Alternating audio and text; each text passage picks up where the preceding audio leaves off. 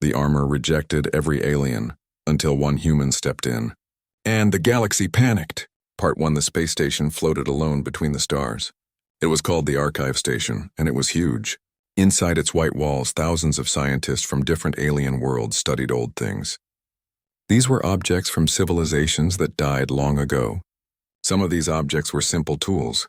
Others were dangerous weapons. But nothing was as strange or as deadly as the armor locked in Vault 7. Tai Yang was a human scientist who worked at the Archive Station. He had been there for 3 years. Only 12 humans worked at the station. Everyone else was an alien. There were 4,000 researchers in total. Tai Yang studied ancient objects for a living. He loved his job. But there was one object he was never allowed to touch. It was the armor in Vault 7. The Galactic Council said it was too dangerous. Only the most experienced scientists could study it. Everything changed when the armor killed someone again. This was the 5th death in 2 months. The victim was Commander Velthos. He was from a race called the Crithians. He had lived for hundreds of years and was very experienced. He thought he could handle the armor safely. He used energy shields to protect himself. He used special devices to block dangerous signals. He took every safety measure possible. But when he touched the armor, something terrible happened. The armor sent out a wave of energy. This energy destroyed his internal organs. He died screaming. No one could understand his screams. Even the translation machines could not make sense of them. After this death, an emergency meeting was called. All the scientists on the station had to attend. Director Kalrin stood at the front of the large meeting room. He was an insect-like alien with long antennae. His antennae were shaking. He was clearly scared. "This is very bad," Director Kalrin said. His voice was loud and worried. 5 deaths in 2 months. The armor is getting more dangerous. We cannot control it. The Council has decided something. If we cannot make it safe, they will destroy it. Tai Yang sat in the back of the room. His heart felt heavy. The armor was special. Scientists believed it came from the precursors. The precursors were an ancient race. They lived millions of years ago. They created amazing technology and spread it across the galaxy. Then they disappeared. No one knew what happened to them. Destroying their armor would be a huge loss for science. A woman's voice spoke up from the crowd. "Maybe we are doing this wrong." Everyone turned to look. It was Hannah. She was another human scientist at the station.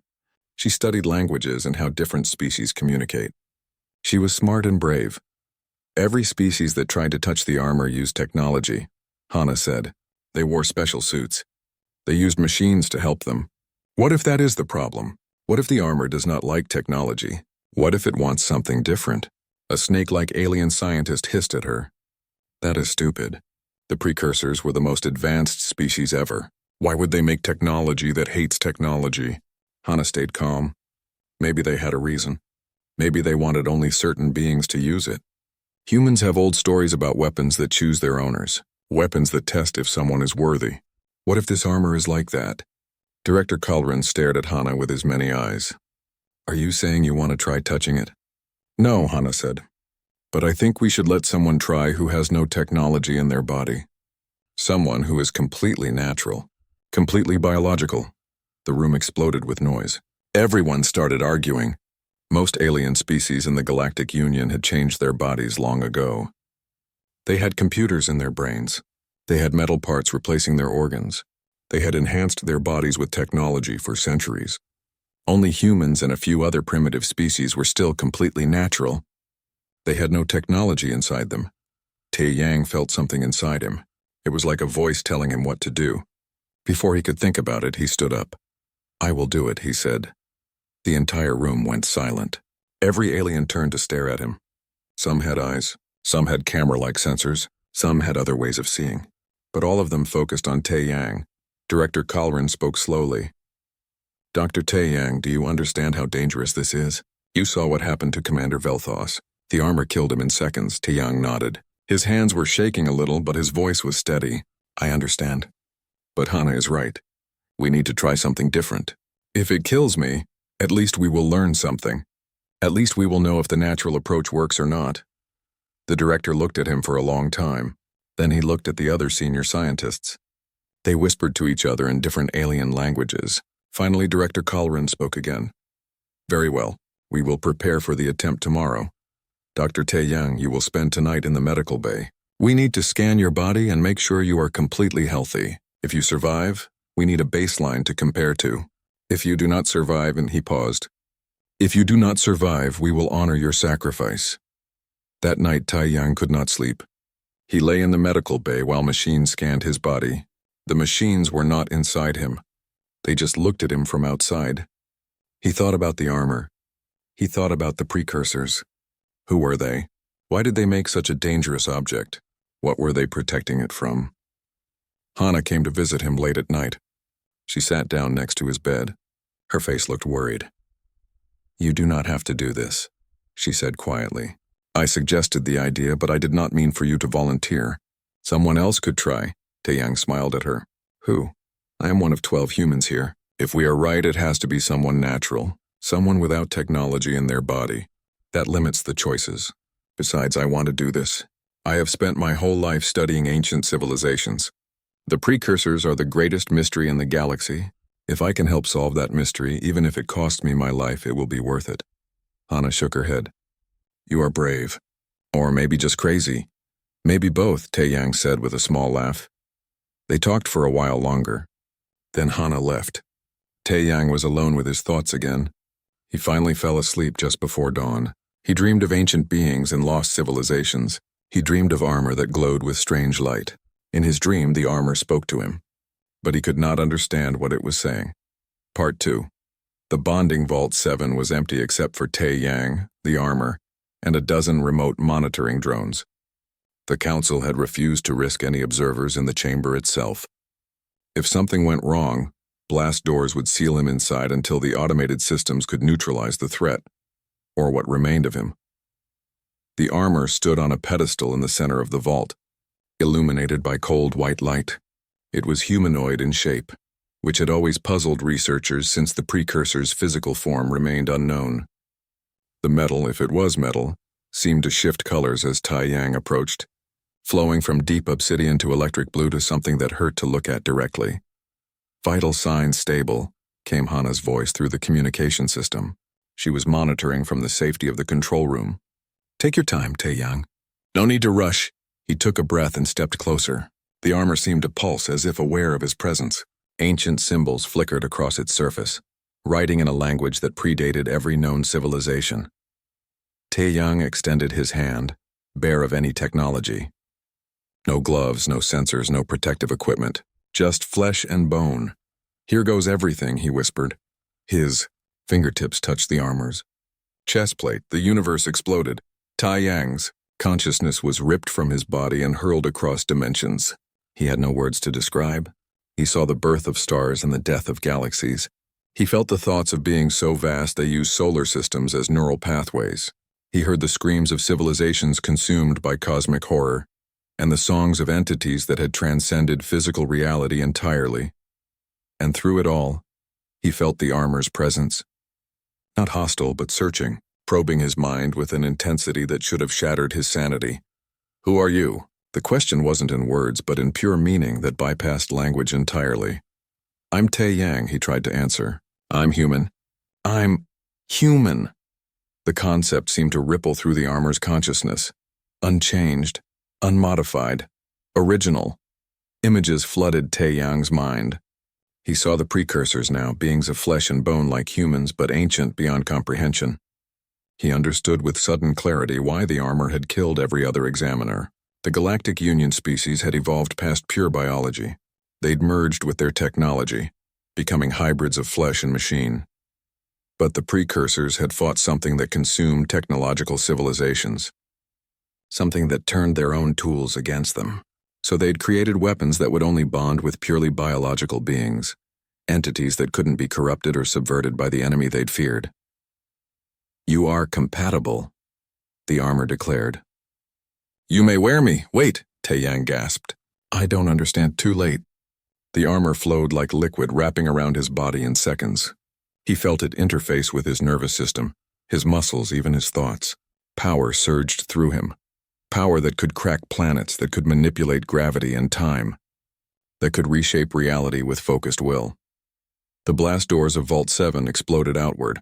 torn from their reinforced moorings by a casual gesture from Tae-Yang's armored hand. He stepped into the corridor.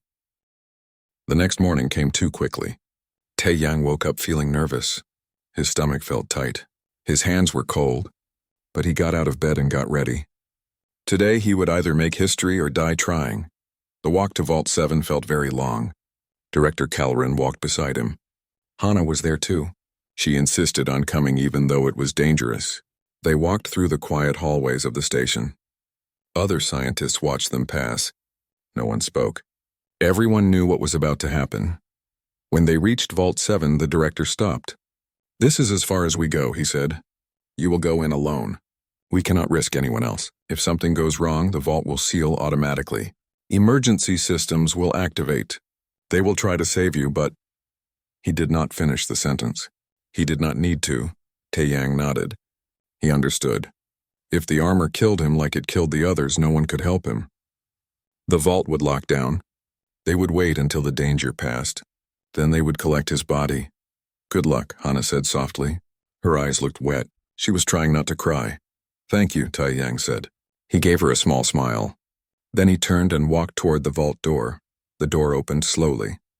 It was made of thick metal and energy fields. It was designed to contain the most dangerous objects in the galaxy. Tae-Yang stepped through. Behind him, the door closed with a heavy sound. He was alone now. The vault was a large round room. The walls were white. Bright lights came from everywhere. In the center of the room, on a raised platform, stood the armor. Tae-Yang had seen pictures of it before. But seeing it in person was different. It was beautiful and terrifying at the same time. The armor looked like it was made for a human body. It had arms, legs, a chest piece, and a helmet. But the material was strange. It was not metal. It was not plastic. It was something else. Something that seemed to change color as he looked at it. Sometimes it was black like space. Sometimes it was blue like electricity. Sometimes it was a color that hurt his eyes to see. Strange symbols covered the armor's surface. They moved and shifted. They were writing, but in a language older than any known civilization. Tae-Yang had studied ancient languages his whole career. He could not read a single symbol. He took a step forward. Then another. The armor seemed to pulse with light. Was it aware of him? Could it sense his presence? From outside the vault, Hana's voice came through speakers in the wall. "Your vital signs are stable. Heart rate is elevated, but that is normal. Take your time. There is no rush." Tae-Yang appreciated her calm voice. It helped him feel less alone. He kept walking until he stood right in front of the armor. It was taller than him by a few inches. Up close, he could feel something from it. Not heat, not cold. Something else. Energy maybe, or power. Or perhaps it was just his imagination. He raised his right hand. His hand was shaking. He took a deep breath and tried to steady himself. This was it, the moment of truth. He would either touch the armor and die instantly like the others, or something different would happen. "Here I go," he whispered. His fingers touched the chest plate of the armor. Everything exploded. Tae-Yang's mind was ripped away from his body. He was flying through space. No, not flying, falling, or maybe rising. He could not tell. He saw stars being born. He saw galaxies spinning. He saw black holes eating entire solar systems. He saw things that had no names. Things that should not exist.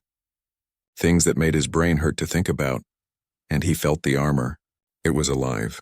Not alive like a person or an animal, but alive in a different way. It had consciousness. It had thoughts. It had purpose, a voice spoke in his mind. It was not words. It was pure meaning that went straight into his understanding. "Who are you?" Tae-Yang tried to answer. He did not know if he was speaking out loud or just thinking. "My name is Tae-Yang. I am human. I am from a planet called Earth. Human." The concept seemed to ripple through the armor's mind. It was testing the word, examining it. Unchanged, unmodified, pure original. Suddenly, Tae-Yang saw images. They filled his vision completely. He saw the precursors now. They were not so different from humans. They had 2 arms, 2 legs, a head. They were made of flesh and bone. But they were ancient, so ancient that human civilization was like a newborn baby compared to them. He understood something now. Something important. The armor had killed all the other scientists because they had technology inside their bodies. The aliens who studied it had computers in their brains. They had metal replacing their organs. They had changed themselves with technology over thousands of years, but the precursors had fought something. Something terrible. An enemy that could take over technology. An enemy that could turn machines against their owners. So the precursors made weapons that only worked with natural beings. Beings with no technology to corrupt. Beings like humans. "You are compatible," the armor declared. The voice was louder now. More certain. "You may wear me." "Wait," Taeyang tried to say. "I do not understand everything yet. I need more time to—" It was too late. The armor moved. It flowed like water off the platform. It wrapped around his body in seconds. He felt it touch his skin. It was cool at first, then warm. Then it felt like part of him. Like it had always been there. Power rushed through him. Incredible power. He could feel the armor connecting to his nerves. To his muscles. To his brain. It was reading his thoughts. Learning who he was.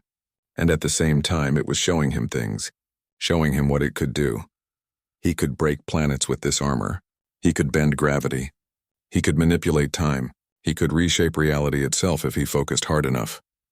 "This is too much," Taeyang gasped. "This is too much power for one person." But the armor did not respond. It was done talking. It had chosen him. Now it was part of him. Outside the vault, alarms started screaming. Red lights flashed everywhere. Director Calrin's voice came through the speakers, filled with panic. "Something is happening. The vault's energy readings are off the scale. Taeyang, can you hear me? Taeyang." Taeyang looked at his hands. They were covered in the armor now. Energy danced between his fingers. Blue light, white light, colors he had no names for. He felt amazing and terrified at the same time. "I can hear you," he said. His voice sounded different, deeper, more powerful. "I am okay. The armor, it chose me. It bonded with me. Can you remove it?" Hana asked. Her voice was tight with worry. Taeyang tried. He pulled at the armor with his hands. He told it mentally to let go. Nothing worked. The armor was not coming off. "No," he said quietly. "I cannot remove it. It is stuck. We are connected now." He walked toward the vault door. With each step, his feet left glowing marks on the floor. The metal under him was melting slightly from the energy the armor gave off. "Open the door," he said. "I am coming out. Wait," Director Calrin shouted. "We need to run safety checks first. We need to make sure you are not dangerous." Taeyang did not wait. He raised one hand toward the door. The armor responded to his thought. Energy shot from his palm. The vault door, which was designed to withstand nuclear explosions, tore apart like paper. Pieces of metal flew across the hallway outside. He stepped through the destroyed doorway. Scientists were running everywhere. Alarms were still screaming. Security guards were arriving with weapons. They pointed their guns at him. "Do not shoot," Hana yelled. She ran between Taeyang and the guards. "It is still him. He is still Taeyang." "Stand aside, Dr. Hana," one of the guards said. He was a large reptilian alien with scales and sharp teeth. "That thing is a threat to the station." "I am not a thing," Taeyang said calmly. "I am still me. I am still Dr. Taeyang. The armor chose me because I am human. Because I am natural.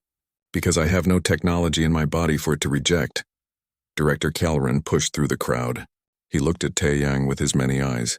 Fear and wonder mixed on his insect-like face. "What have you done?" he whispered. "I do not know yet," Taeyang admitted. "But I can feel the armor's knowledge. I can see things. Understand things. The precursors left this behind for a reason. There is something coming. Something terrible. And we are going to need weapons like this to fight it." Before anyone could respond, more alarms went off. These were different. These were the emergency communication alarms. Something was happening at the galactic level. Something big. A message appeared on every screen in the station. It was from the Galactic Council. Taeyang read it and felt his blood turn cold. The council knew about the armor. They knew a human had bonded with it. And they were coming to take it away. By force if necessary. Captain Jiwoo was sleeping when the emergency call came. She woke up fast, her soldier instincts kicking in. She commanded a human diplomatic ship called the Perseverance. The ship was currently docked at the Galactic Council's central station. This was the biggest and most important station in the entire galaxy. All the major decisions about galactic law happened here. Jiwoo got dressed quickly and ran to the emergency meeting room. She was surprised to be called. Humans were a junior species in the Galactic Union. They did not usually attend important meetings. They were more like children who had to follow rules made by adult species. This emergency summons was unusual. When she entered the meeting room, she understood why. The room was full of angry aliens. They were all talking at once. The air felt thick with tension and fear. Ambassador Threnkal banged his appendage on the table for silence. He was a reptilian alien with green scales and cold eyes. He looked at Jiwoo with barely hidden contempt. "Captain Jiwoo," he said. His voice was sharp. "Thank you for joining us. We have a serious problem. One of your humans has done something very dangerous." Jiwoo kept her face calm. Inside, her heart was racing. "What happened?" Another alien spoke up. This was Counselor Marveth. She had multiple arms and spoke with a voice that sounded like grinding stones. "One of your researchers bonded with precursor armor. The most dangerous artifact in galactic history. This is unacceptable." Jiwoo felt shock run through her body. Precursor armor? She knew about the precursors. Everyone did. They were the ancient species that created technology millions of years ago. Their weapons could destroy entire planets. "I was not informed of this," Jiwoo said carefully. "Can you tell me what happened exactly?" Threnkal pulled up a video on the wall screen. It showed Taeyang touching the armor. It showed the armor bonding with him. It showed him destroying the vault door with just a gesture. Jiwoo watched in amazement and horror. "Dr. Taeyang," Threnkal said, "has become the first being in millions of years to successfully bond with precursor technology. Your human now possesses power that could threaten entire civilizations.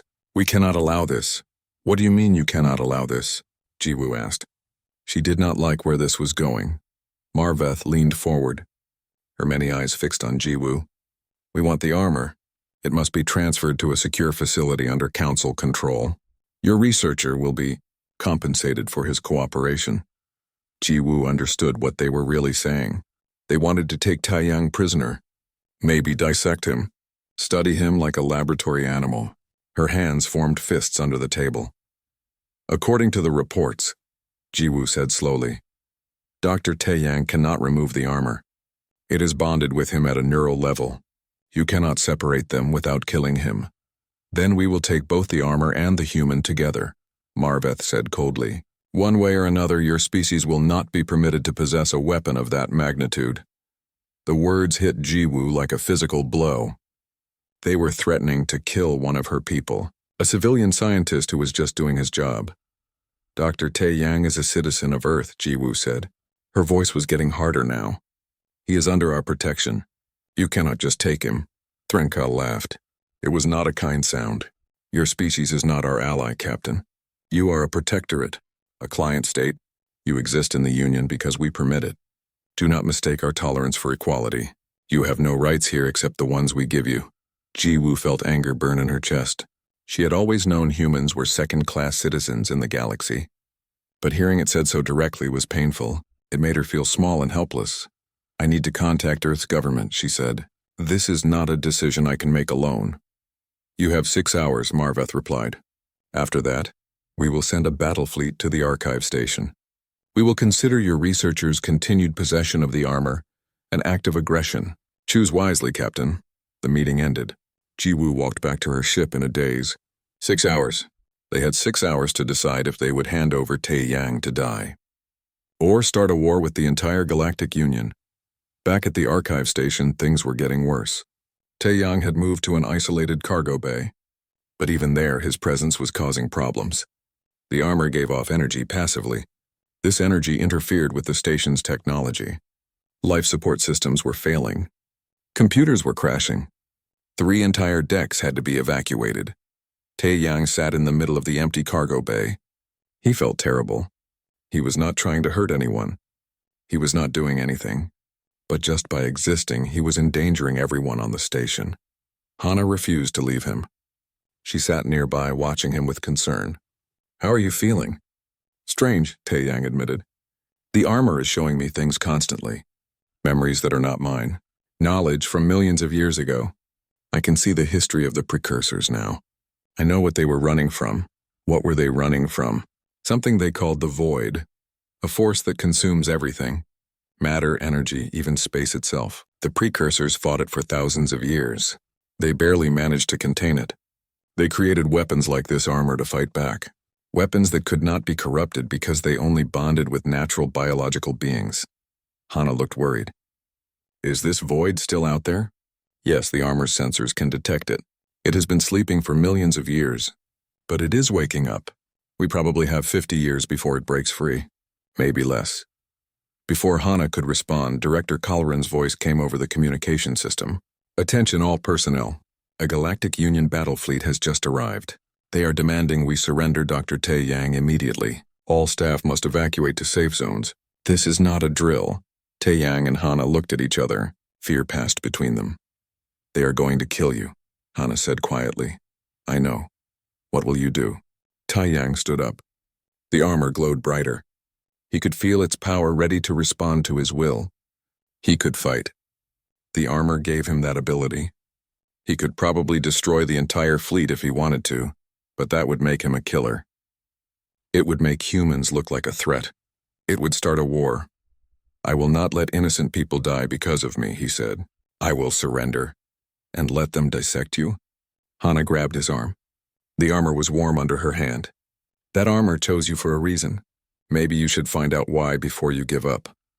Deep in Tae Yang's mind, the armor stirred. Its ancient consciousness touched his thoughts. They fear what they cannot control, the armor whispered to him, as they should. Outside the station, 30 warships formed a circle. Each ship was massive. Each one carried weapons that could destroy planets. The fleet commander opened a communication channel to the station. This is Admiral Kreshenak of the Galactic Union. We are here for the human called Tae Yang. Send him out immediately or we will board the station by force. Tae Yang looked at Hana. Then he looked at the walls of the cargo bay. Beyond those walls he could sense the fleet. The armor let him feel their weapons charging. They were preparing to attack. I am going out there, he said. Wait, Hana said. Just wait. Captain Jiwoo is coming. She is bringing a human ship. Maybe there is another way. There is no other way, Tae Yang said sadly. The council has decided. Humans are not equals here. We are property. And property does what it is told. He started walking toward the airlock. The armor would protect him in space. He did not need a ship or a suit. He could just walk out into the vacuum and confront the fleet directly. But as he reached the airlock, something happened. A new ship appeared. It dropped out of hyperspace right between the station and the fleet. It was smaller than the warships, but it was clearly human in design. The name on its hull read Defiance. Captain Jiwoo's voice came over the emergency channel. Tae Yang, do not surrender. Earth's government has refused the Council's demands. We are here to extract you. You cannot fight an entire fleet, Tae Yang said. We are not going to fight, Jiwoo replied. We are going to talk. And if talking does not work, then we will show the galaxy something. We will show them that humans do not abandon their own, no matter what the cost. Admiral Kreshenak's voice cut into the channel. Human vessel, stand down. This does not concern you. Interfere and you will be destroyed along with the station. Try it, Jiwoo said calmly. But know this. The human government is watching. The entire galaxy is watching. If you attack a civilian research station and a diplomatic vessel, the whole universe will know that the Galactic Council murders innocent people for having abilities you fear. There was silence. Tae Yang could feel the tension. The fleet was still charging weapons, but they hesitated. Political concerns were holding them back. Then something else happened. Something no one expected. A massive energy signature appeared at the edge of the system. Space twisted and something enormous emerged from hyperspace. It was bigger than a moon. Its hull was made of material that looked alive, technology that made precursor artifacts look primitive. The armor screamed a warning in Tae Yang's mind. Scout probe. The void awakens. The probe released a wave of dark energy. It hit the nearest Union warship. The ship began to dissolve. Its hull broke apart at the molecular level. The probe was eating it, converting its matter into more of itself. Chaos erupted across the Union fleet. The probe was destroying the warship with terrifying ease. Officers were screaming orders. Ships were breaking formation. No one knew what to do. They had never seen anything like this before, but Tae Yang had. Through the armor's memories, he understood exactly what they were facing. This was a void probe, a scout sent ahead to test defenses, to find weaknesses, and if left unchecked, it would consume everything in the system. All ships retreat. Taeyang shouted over the open channel. That thing will eat anything technological. You have to run now. Admiral Kreshnak was a warrior. He had fought in hundreds of battles. But even he could hear the fear in Taeyang's voice. And fear from someone wearing precursor armor meant something. What is that thing? The Admiral demanded. A void probe, Taeyang replied. He was already moving toward the airlock. The enemy the precursors fought. The reason they made weapons like this armor. Admiral, you need to jump to hyperspace immediately. Take your fleet and go. I will handle this. You? Kreshnak sounded incredulous. One human against that? One human wearing the only weapon designed to fight it, Taeyang corrected. The probe had finished consuming the first warship. Now it was moving toward the next one. Its dark energy wave was expanding. Soon it would reach the archive station. All those scientists, all those innocent people, Taeyang did not wait any longer. He opened the airlock and stepped into space. The vacuum did not hurt him. The armor created a field around his body. He could breathe. He could move. He could survive. But more than that, he could fight. Jiwoo, he said, speaking to the captain of the Defiance. Get your ship out of here. Take the station's evacuation pods. Get everyone to safety. I am not leaving you, Jiwoo replied. Her voice was firm. Captain, that is an order. Taeyang was flying now. The armor propelled him through space toward the probe. Your ship cannot help me. It will just get consumed, please. Save the others. He closed the channel before she could argue. He needed to focus. The probe was enormous. Looking at it made his brain hurt. It was wrong somehow. It did not follow the normal rules of physics. Space bent around it in impossible ways. The armor fed information into Taeyang's mind. Weak points, attack patterns, strategies the precursors had used millions of years ago. He absorbed it all in seconds, then he attacked. Energy erupted from his hands. Beams of pure power that could vaporize mountains. The probe absorbed them without effect. It was designed to consume energy. That approach would not work. Taeyang changed tactics. The armor gave him control over gravity. He focused his will and bent space around the probe, crushing it, trying to collapse it into a black hole. The probe resisted. It pushed back with its own reality-warping abilities. The two forces clashed.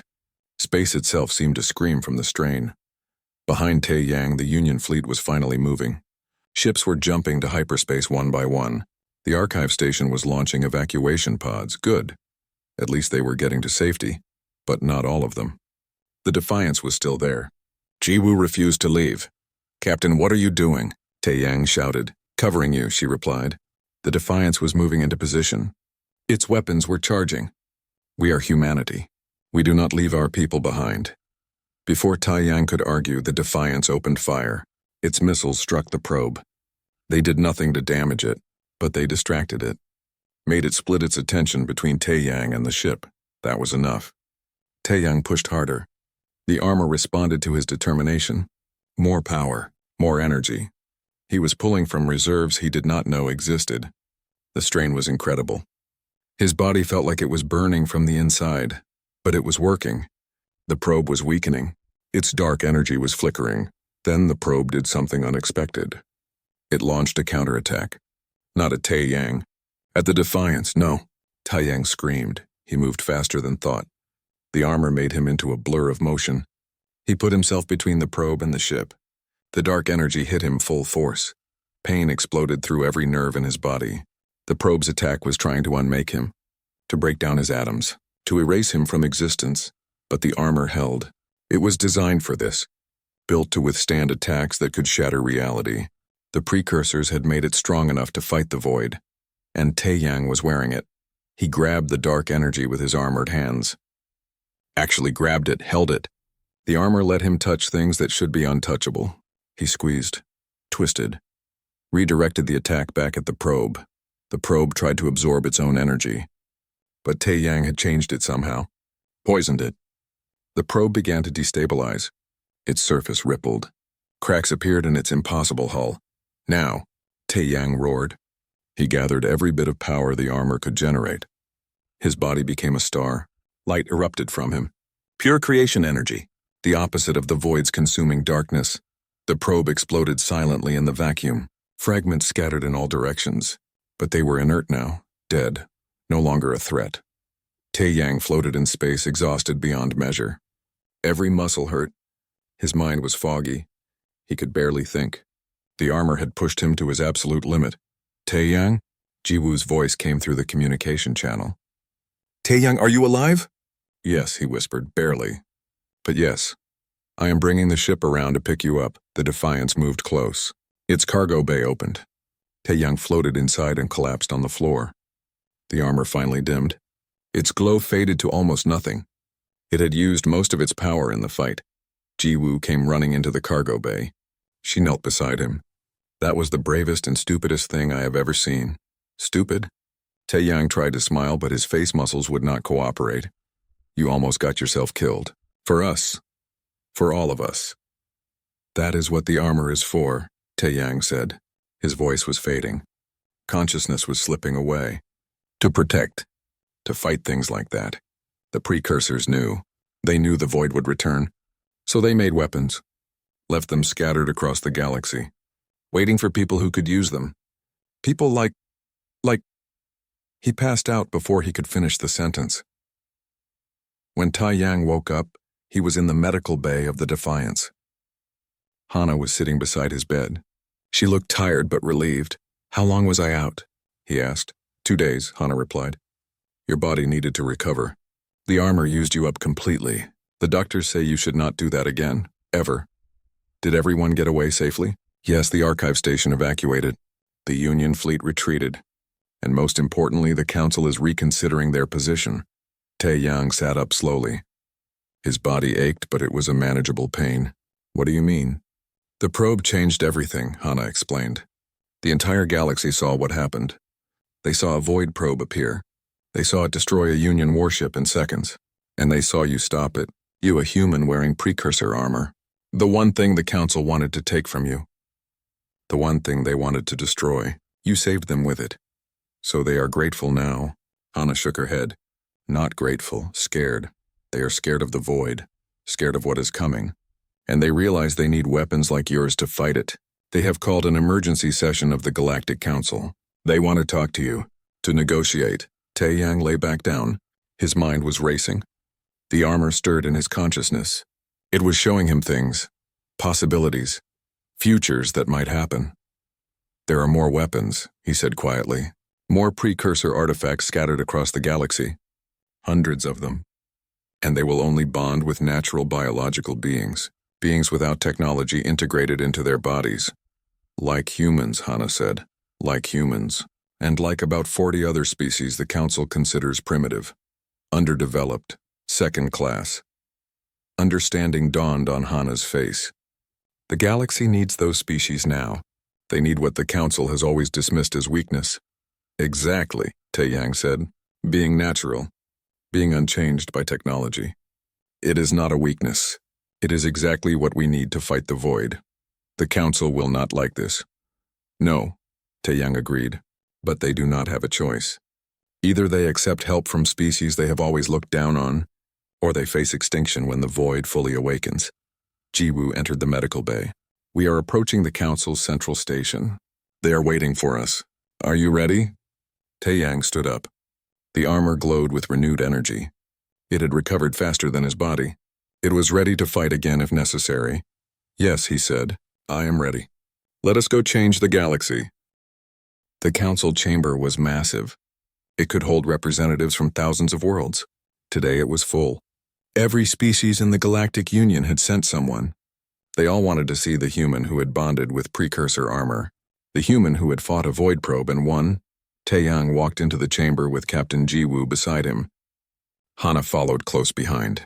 They also brought Ambassador Min Seo, Earth's chief diplomat.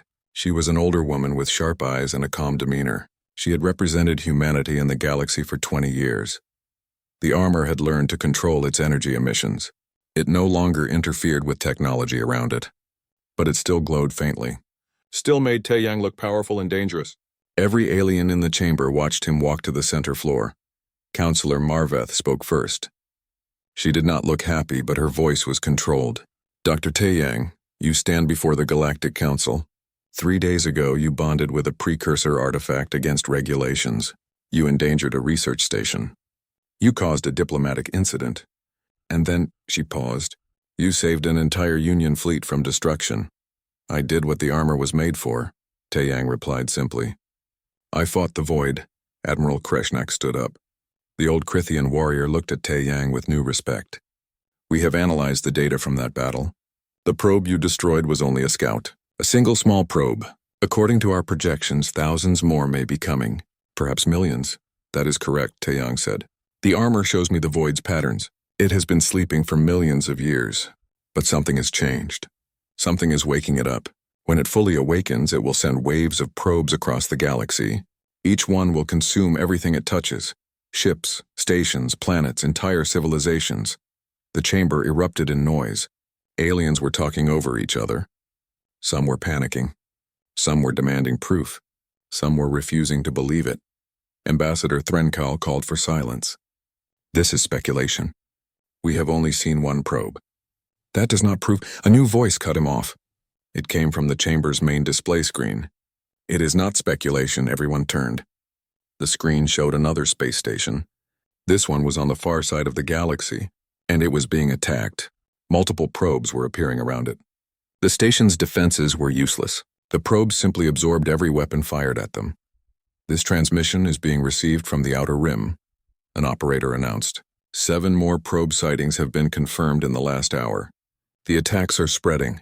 The chamber went silent. The reality was hitting them now. The threat was real. The void was awakening. And they were not prepared. Counselor Marveth looked at Taeyang. Her multiple eyes showed something that might have been fear. What do we do? We find the other weapons, Taeyang said. The precursors left approximately 200 artifacts scattered across known space. They are hidden, protected, waiting for the right people to find them. We need to activate as many as possible before the void's full forces arrive. But these weapons only bond with natural biological entities, Ambassador Threnkal said slowly. Most species in the Union have integrated technology into their bodies for centuries. We cannot use precursor weapons. That is correct, Ambassador Mincio said. She stepped forward, her voice clear and strong. You cannot use them, but we can.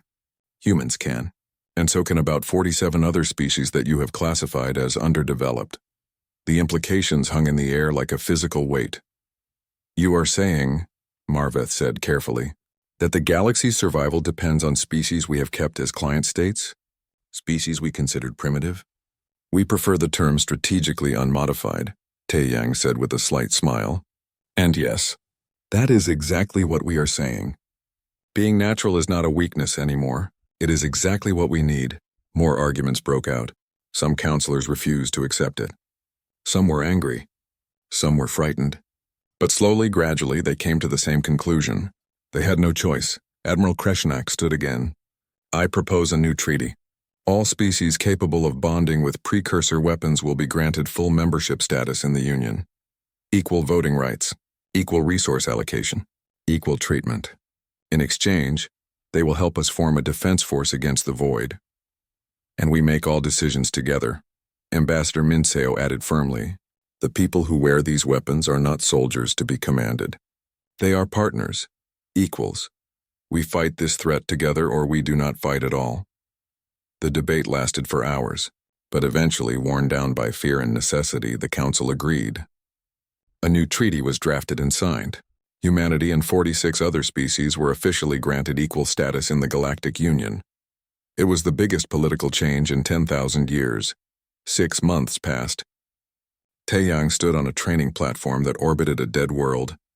Around him, volunteers from across the galaxy were learning to bond with precursor weapons. Not all of them succeeded. The artifacts were very selective. They looked for specific qualities that no one fully understood. But enough succeeded to give them hope. Hyunwoo was a human pilot who had bonded with a precursor ship. The ship could move through solid objects. It could phase in and out of normal space. Hyunwoo was young and excited. He loved his new abilities. Dalnim was a human woman who wore armor like Taeyang's, but hers was different. It controlled gravity. She could make things heavy or light. She could create black holes with her hands. She was quiet and serious. She understood the responsibility she carried. There were others too, aliens from the Velkari species, from the Katesh, from the Rin, dozens of species that had been considered backward. Now they were the galaxy's best hope. Do you think we can win? Hana asked. She had become Tae Yang's assistant. She helped him understand the armor's vast knowledge. She translated its ancient information into terms others could understand. I do not know, Tae Yang admitted. They were watching the trainees practice, watching them learn to use power that could reshape reality. The precursors fought the void for thousands of years. They barely managed to contain it. We have less time and fewer resources. But we have something they did not, Hana said. What is that? She gestured to the training platform. Humans working with Velkari. Katesh training beside Rin. Species that had never cooperated before now working together. Learning together. Fighting together, unity, Hana said. The precursors were alone, isolated by their power and their fear. They thought they could solve everything themselves. We know we cannot. We need each other. All of us, Tae Yang smiled. The armor hummed in agreement. Deep in its ancient consciousness, he felt something like hope. The armor had seen civilizations rise and fall. It had watched empires crumble and species go extinct. But this was something new, something it had never witnessed before. Different species, different cultures, different abilities. All coming together not because they wanted to, but because they had to, because the alternative was extinction. The armor is showing me futures, Tae Yang said quietly. Possible timelines. Ways this might end. Some are terrible. Most are terrible. But there are a few where we win, where we push the void back, where we survive. What makes the difference? Hana asked.